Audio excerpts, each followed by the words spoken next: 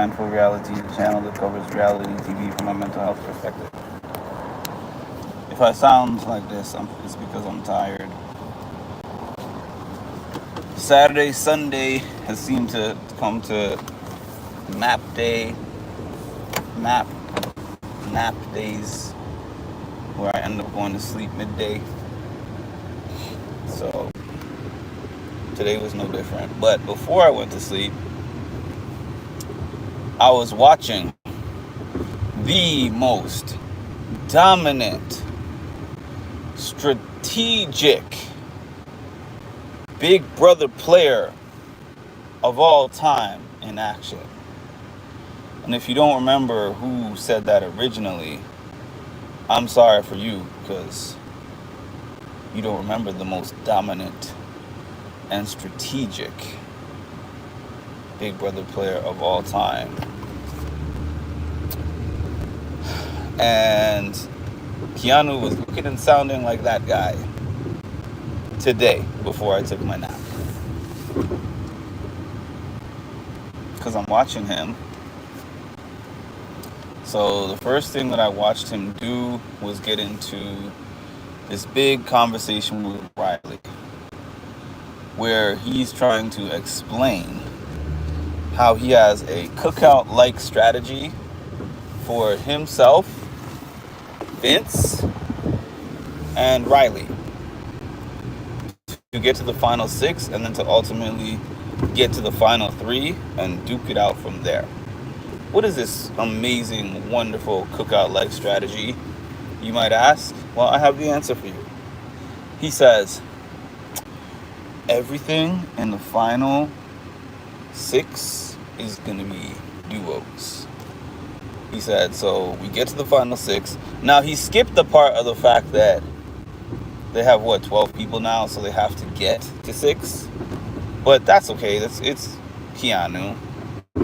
He likes to plan ahead. He likes to plan as if several weeks have already happened that have not happened. So he's got that in common with Morgan. Like, you're not even safe right now. I mean, he's pretty much safe, but you get the idea. You're not even really safe right now, but yet you have a master plan for 6 weeks from now. So anyways, on to this cookout plan. There's going to be 3 duos in the final 6. The duos involve Vince and Kelly, Vince nor Kelly are safe right now, but especially not Vince. And then the second duo is supposed to be himself and Rachel. And the third duo is supposed to be, obviously, Riley and Kat. So he says, the idea of this all is that the 3 people that we have, additionally to me, you, and Vince, are expendable. And he said, in order for this to work, you have to be willing to let go of Kat. And I was like, oh, this angle is going to be beautiful. You're going to convince the guy who's going to force this woman, Catherine, to marry him, whether she wants to or not, with or without a proposal. The person who said they're not allowed to break up outside of the house. I don't even think that he actually asked her out in the house. I just think he told her, you're my girl, and that was that. I think that was the end of the conversation.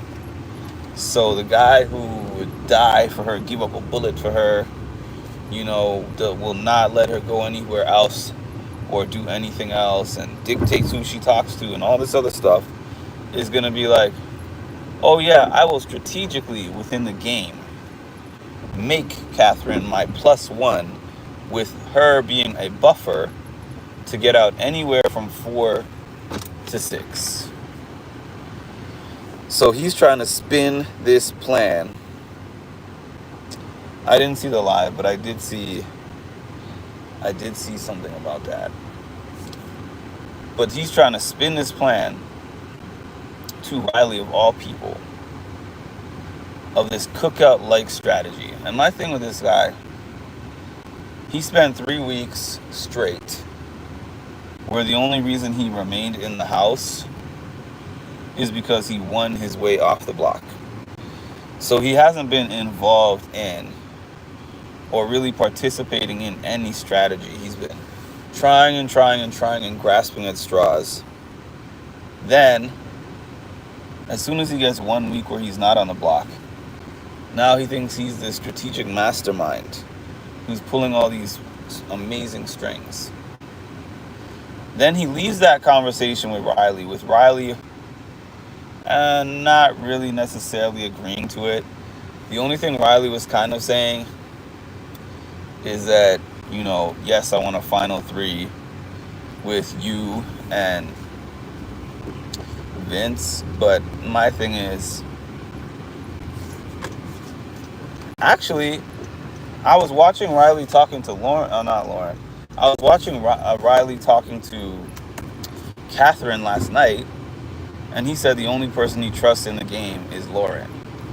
So Keanu thinks all this, you're my number one, I trust you, dude, I love you, dude stuff, means that Riley is with him to the end, but I don't think it's even that. He's just telling people what they need to hear to get himself further in the game. Hey, Milkman. So the next part about it is he leaves that conversation immediately. And then he goes to the HOH room. And he tries to spin the exact same plan to Rachel, except obviously in the case of when he was telling it to Riley, Rachel was part of the 3 out of that 6 that is expendable. Now, in this version of the plan that he's telling Rachel, obviously, she's not going to be expendable. I don't even think he said it in the sense of the duos. I think in her case, he kind of just said it like, these are 4 other people that I trust and that will not be coming for us. So I think that it would be in our best interest to go to the final 6 with these 6. Whereas the way that he said it to Riley was like, the 3 of us, me, you, and Vince, are the only 3 that are important in the 6. And then if one of us happens to be on the block next to the other, or if one of us happens to be on the block period, we can influence our partner that we have to be the one that splits the vote. So I'm like, bro, if you actually know anything about the cookout, that was like an early on thing. This is not just something that formulated almost halfway into the show. Like, number 2, all the people that were in the cookout had to be on board, except Hannah, because Hannah was added on late, but the majority of the cookout was on board right away. This is something you're just trying to put together by yourself after being everybody's number 1 target for weeks in this house. Like, who do you think you are, Dan Giesling? I don't understand. Hey, Tammy. And then, Rachel is telling him that she doesn't trust him. And the reason why is because he was spinning something. I missed this part of it because I didn't see the conversation that he had with Ashley. But apparently he gave Ashley some misinformation on purpose in front of Rachel. And Rachel was like, why would you give misinformation to somebody that I'm working with? And then also, it's not like you told me this is my plans with this misinformation that I'm giving out. You just did it. So she was just like, it makes me feel like, can I actually trust you? And he's like, no, dude, Rachel, dude. Of course you could trust me. Of course. We're number 1s. We're besties. Like, you can definitely trust me. Hey, Edward. And she's like, but I don't know what your plans are. I don't know what your gameplay is. I don't know why you're doing things. You run nothing by me. You're kind of rogue. And she said, and you tell people all my business. You tell people all my information. And he's like, dude, like, bro, we already had a conversation about that. And I apologize for that. And the only way that you can prove that you can trust me is by giving me more information. Because that's the way to prove that I'm trustworthy. Is if you give me more information, and I either prove to you that you can trust me, or I prove to you that you cannot trust me. And I was thinking, that's definitely the way that I prove. That's definitely the way that I get people that I've broken their trust, to prove that they can trust me, is to ask them to give me more information after I already leaked the information they already gave me. Yeah.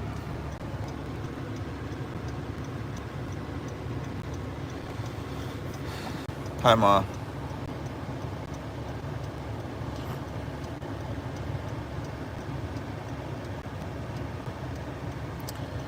So anyways, from there, Rachel tells him, you can't trust Riley, because Riley came to me and Riley said that he's not rocking with you, he's not working with you. And he said, yeah, dude, yeah, I'm not even worried about that, like, he tried to make a reason or an excuse as to why Riley would say that to her, because he genuinely believes in his heart that if he says something to somebody and then says, bro, I love you, dude, it would really hurt me if you ever betrayed me, I love you, bro, I love you, gives him a hug, that solidifies that they will never betray him. I'm like, bro, what planet did you come from? Because I would like to know. I would very much like to know where you came from, what your purpose is in this life, and why you are so delusional about everything going on within that house. You are still at nearly the bottom rung of the ladder. And Rachel knows this. Rachel literally just told you, essentially, I'm only working with you because you can win comps. Like, she made no secret about it. I was watching her tell him that a few days ago in plain English. Like, you're who I'm stuck with because you can win comps. And because of your ability to win comps and my brains, we can combine those two things together and make our way through the house. Like, we both have big targets on our backs. And that's the reason why, by default, we're better off together than trying to work this on our own. And somehow he just missed the plot. And his ego just grew somehow. Like, sit down and be humble. And Riley, of all people, is the one who he's like, I 100% trust. Then he was trying to tell Rachel something funny too. He said, Rachel, if you trust me 100%, then that means that you 100% don't question any of my decisions or anything that I say or do. And I'm like, what? I never heard that one before. In or outside of a game. Listen.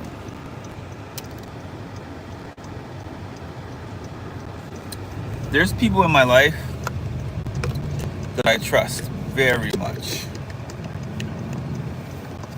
I don't even 100% trust myself.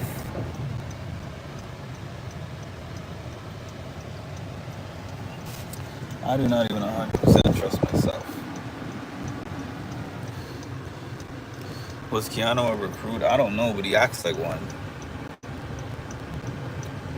Keanu is so stupid. And that's literally what's happening to him.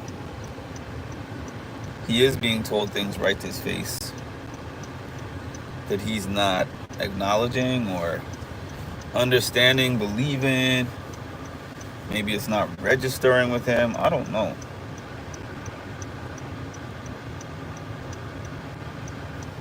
Keanu's good for physical, but if he can work on common sense.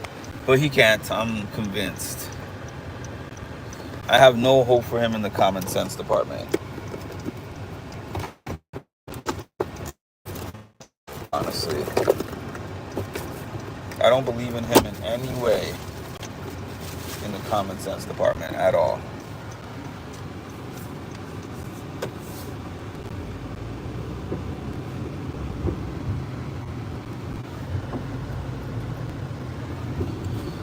Because I'm like, now you're in a relatively decent spot in the game, but you're doing too much with it.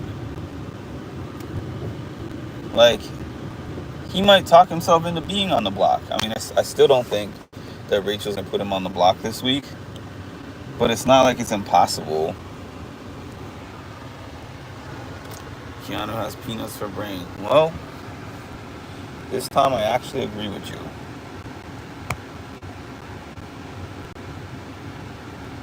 I'm actually in agreement that he has peanuts for brains. Because I'm like, sir, what's the matter with you, sir?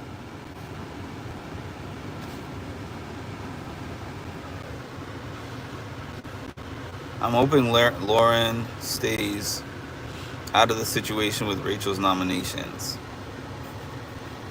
Oh, so you're hoping that she keeps the noms the same? Me too.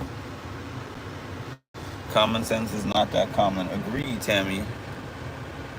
I so agree.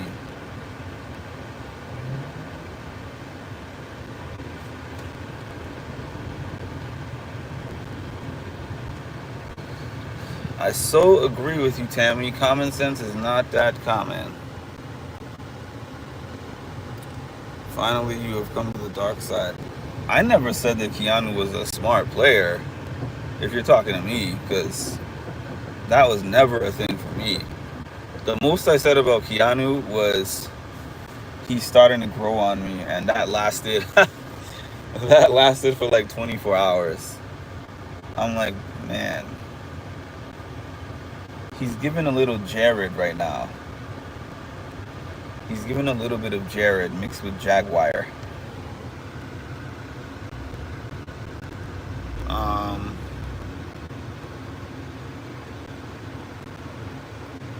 Happy Sunday, Jacqueline. How's Morgan and Mickey today? I mean, maybe I haven't seen that much of them, but they seem relatively regular for them. But it's still early. Morgan's probably going to be milling around at night again, coming up with all these strategies. Morgan is like the female Keanu, in some senses. Maybe with less arrogance, but a similar amount of delusion.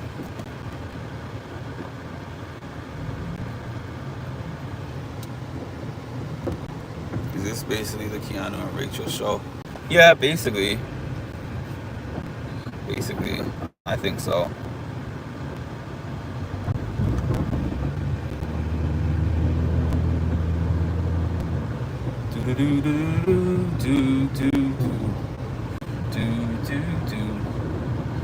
When I had you to myself, didn't want you around.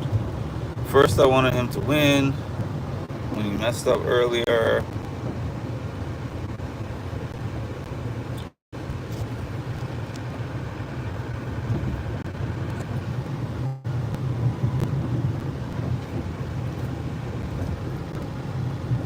Keanu, Kelly, and Rachel would make a dangerous trio.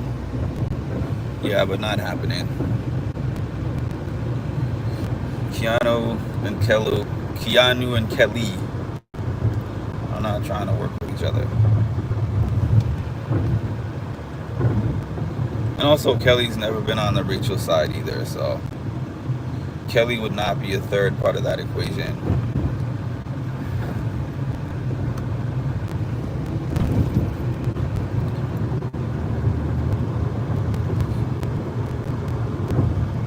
Kelly is another one of those people. Like, Kelly and Lauren, in my mind, can go whenever, because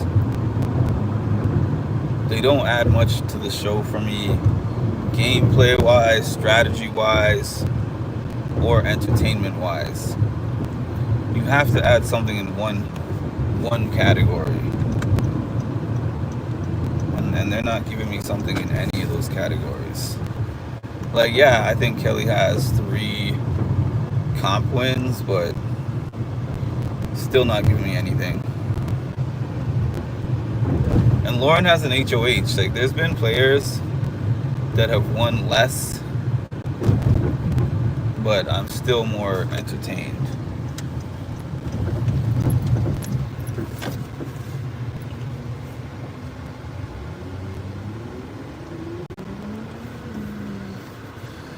Your lives are 10 times better than the show. The lunch table. Will is the best player in the game. He's in a great spot. I'll give you that. Like, I don't make statements like best player in the game this early, but he's in a great under the radar spot for sure. The fact that we're not even really talking about him is amazing. Especially after he touched the block like 3 times, I think. And he was so upset that he was there.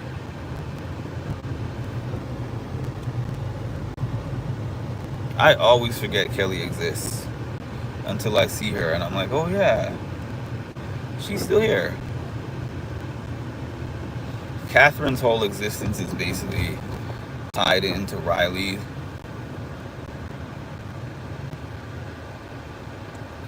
Yeah, Will's social game is up there. I gotta give Will his credit for his social game.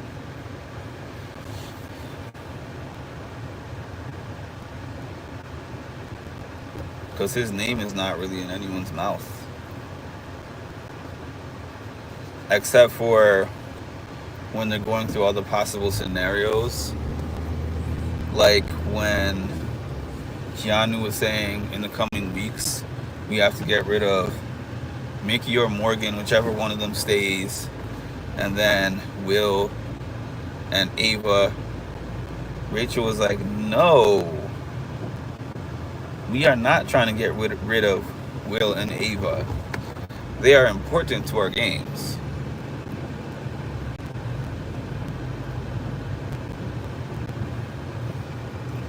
So, nobody does anything negative or derogatory about Will.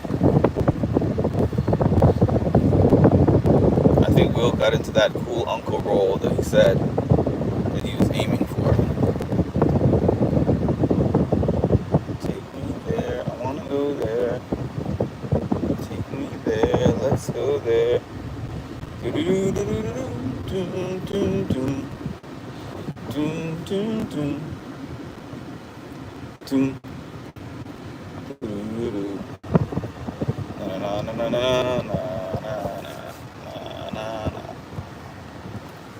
All right.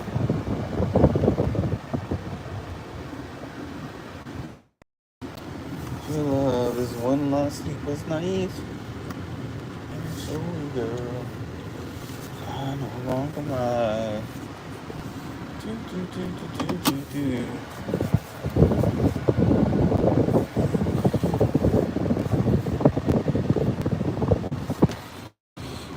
Okay. The girls feel the safest with Will. Yeah. I would say, honestly, I would say Will. I would say between Will and Ava. But I would say Will more than Ava, because Ava has played a great social game in the sense of not ruffling too many feathers and not being at the top of anybody's list per se. But Will, at the top of anybody's list, and he's in all the different sides, having all the different conversations with everybody of not being the first one to interject his opinion, not being the loudest opinion, and not being the strongest opinion, and trying to parrot people instead of being the one who's leading the charge, for someone to come out of that conversation and be like, guess what Will said? Because if Will is there and Ashley is there, and Ashley is the one who's making the most noise, then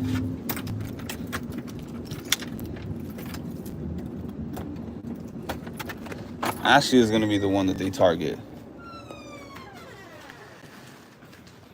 Or if the conversation is brought to another room, it's going to be, guess what Ashley said, rather than guess what Will said, you know? So that would be the person that I personally think is playing the best social game.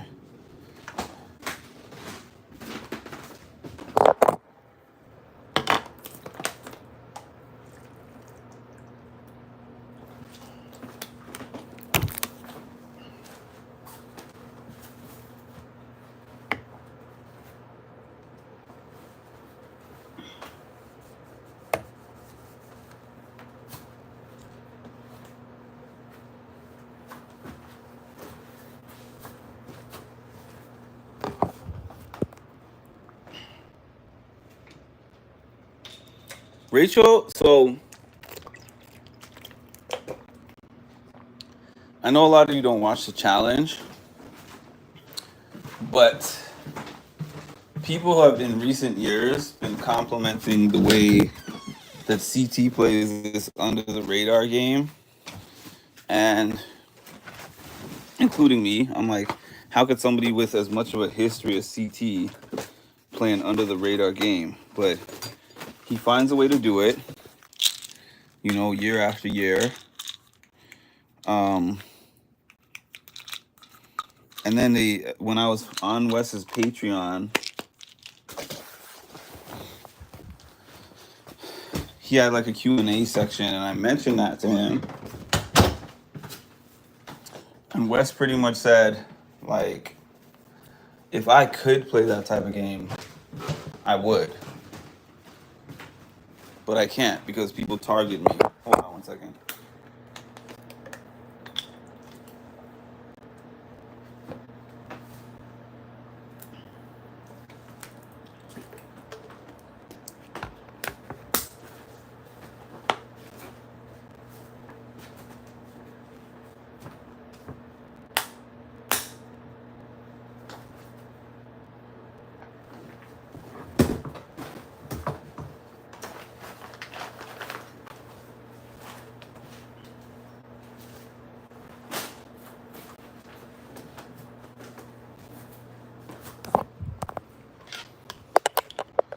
So I keep saying this, but it's continuously true. Rachel is kind of playing a game that Rachel has to play. Because Rachel does not have the luxury of playing a Will game. Rachel's not going to be able to sit in the back of a room. Because whenever Rachel's in a room, everybody's antennas are up. Rachel can literally be having a vulnerable moment, and then she comes in and she could say something about missing her husband and kids. People hug her and she cries and they console her. She's good. She's so good. Like, I just believed right now that she actually misses her husband and kids. But I'm not that stupid. She's just trying to tug at my emotional heartstrings. I'm telling you, I saw this whole playbook from when Sari was in the house last year, or 2 years ago, rather. Because I was like, wait, I think that she actually misses her husband. I think she actually does miss her kids and her family and stuff.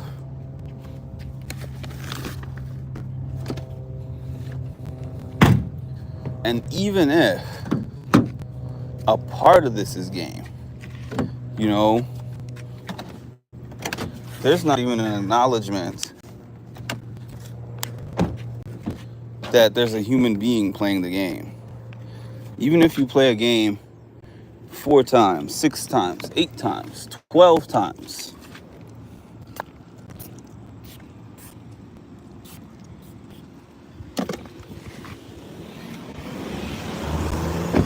it don't matter how many times you play the game. There's still highs and lows. There's still emotional ups and downs. And then the other part of it, about it is I feel like sometimes I don't like the way that people will call you manipulative for something that you do that is a combination of gameplay and personal. What did I do with my sunglasses?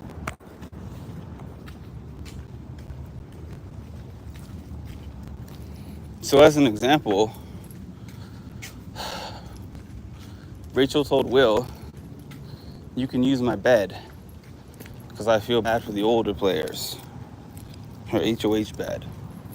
And he was like, oh, I know. Yeah, that's cool and all.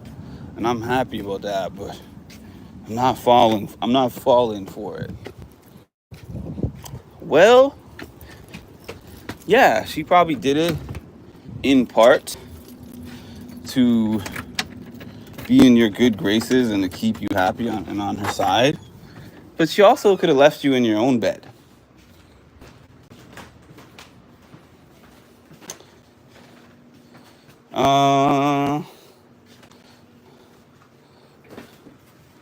Dang.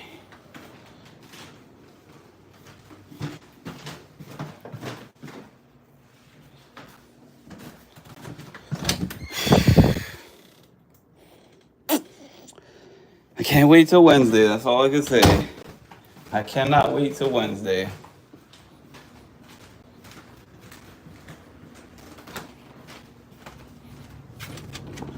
Cannot wait till Wednesday.